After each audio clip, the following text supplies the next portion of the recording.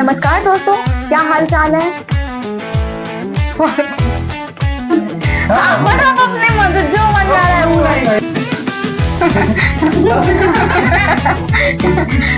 अब लिखाई की तरह लिख दे।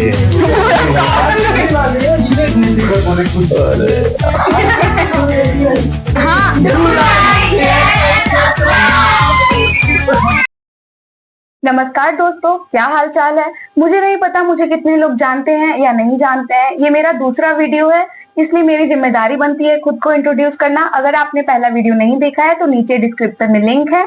तो मेरा नाम है सेजल और आज है हमारे साथ सबसे स्पेशल गेस्ट जिन्होंने मुझे और मेरे परिवार के अस्तित्व को एक नया मोड़ दिया है, जिनसे हमें बहुत कुछ जानने को मिलता है, सीखने को मिलता है। तो चलिए पूछते हैं, ये हमारे बड़े पापा, चलिए पूछते हैं इन्होंने जीरो से हीरो तक के बनने का सफर कैसे तय किया। तो इस पॉडकास्ट में बुलाने के लिए मुझे धन्यवाद, जो कि आपने मुझे इस योग्य समझा।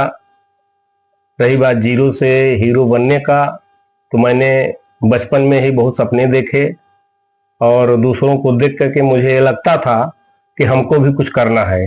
ज्यों ही हम होश संभाले तो मेरे मन में एक बात ये हुआ कि सब जो है मजदूरी करके मेहनत करके क्या करके आगे बढ़ रहे हैं, हम भी क्यों न मेहनत करके आगे बढ़े। उसके बाद मेहनत करना हमने चालू किया। सबसे अपने दादा के ऊपर गौर किया। दादा हमारे बहुत मेहनत करते थे, हमने हाथ बटाया, उनका सहयोग किया, धीरे धीरे उनको फ्री किया। उसके बाद मैं मेहनत करता गया। जब मेरे पास कुछ हौसला बढ़ा हमारा, तो हमने ग्राम पंचायत मांडा का तहबाजारी का ठेका लिया, उससे कुछ धन अर्जित किया। उसके बाद हमने जो है व्यवसाय के लिए सोचा। फिर व्यवसाय में डीजल का लाइसेंस लिया। डीजल का लाइसेंस लेकर के एक छोटी सी दुकान स्पेयर पार्ट किया। फिर उसके बाद जो है मनोबल थोड़ा और बढ़ा, कुछ हमारे पास पूंजी हो गई, तो हमने जो है ग्राम प्रधान से मिल करके पीडीएस की दुकान के लिए जिक्र किया, चर्चा किया, उनसे अपनी बात रखी कि एक बार हमको मौका दिया जाए। हमारे इस कार्य में भाइयों का बहुत बड़ा योगदान रहा।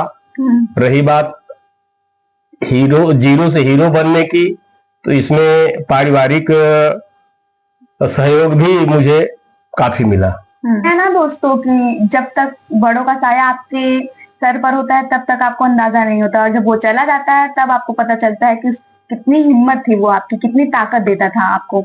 इसी के साथ दूसरा सवाल करते हैं कि जॉइंट फैमिली को लेकर चलना इस जमाने में बहुत बड़ी बात होती है, और किसी डिसीजन को लेने से पहले परिवार को साथ लेकर चलना, वो भी। तो इसको आपने कैसे मैनेज किया? ये सीख हमको मेरे दादा से मिली। मेरे दादा साथ में लेके चले। उसके बाद मेरे पिताजी 3 भाई थे, वो लोग भी साथ में चले।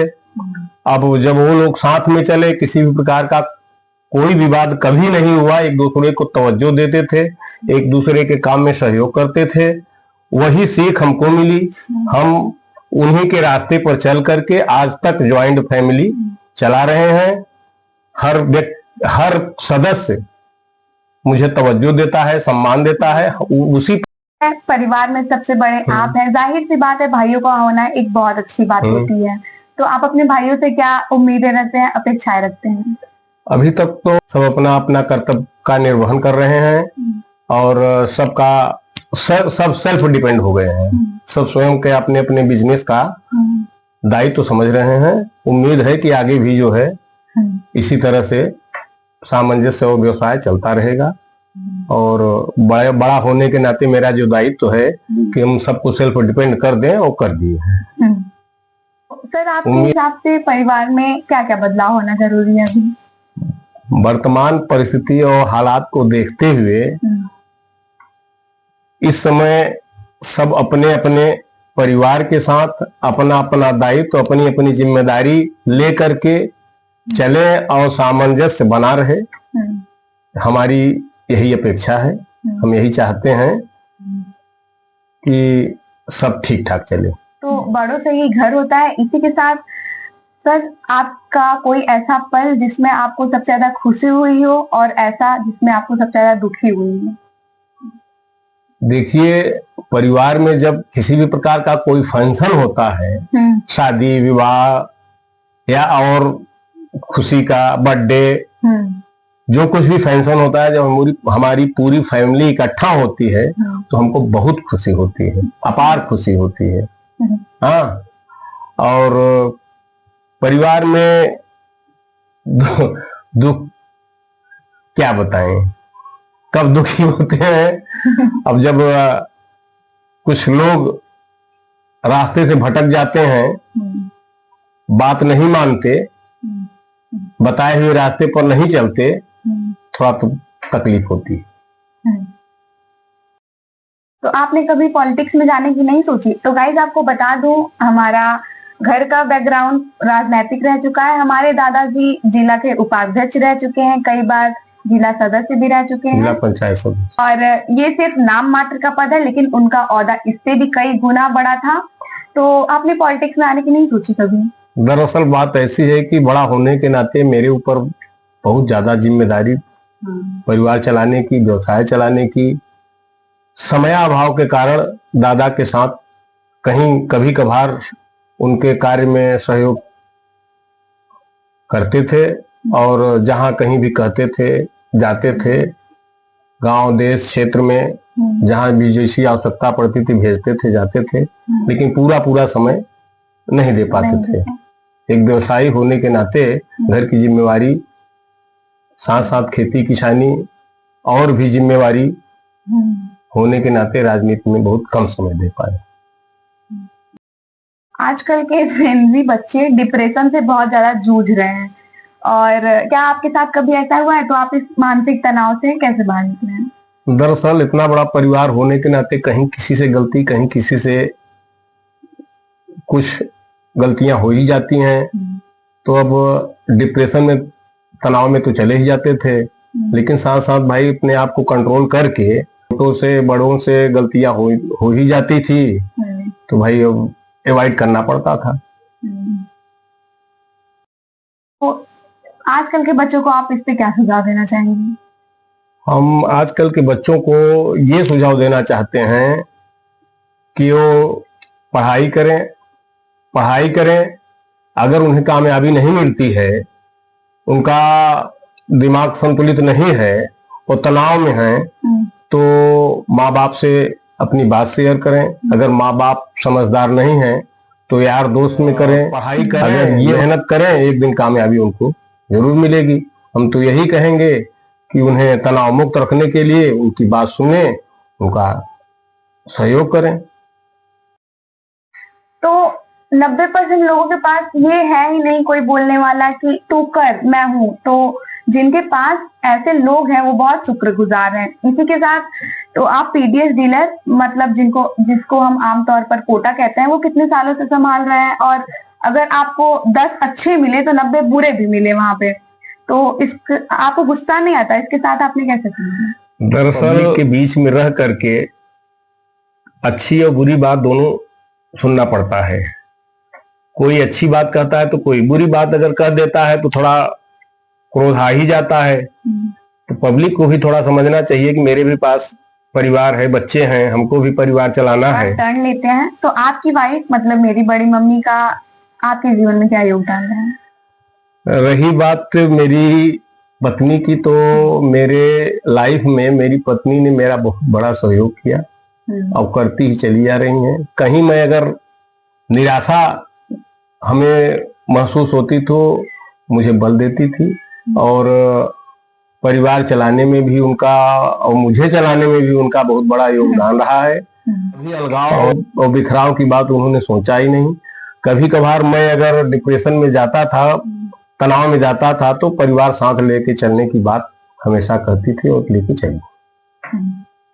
तो नॉर्मल जो होता है कि जो माता पिता होते हैं वो अपने बच्चों से क्या अपेक्षाएं रखते हैं, और आप अपने बच्चों को कहाँ देखना चाहते हैं, क्या अपेक्षा रखते हैं?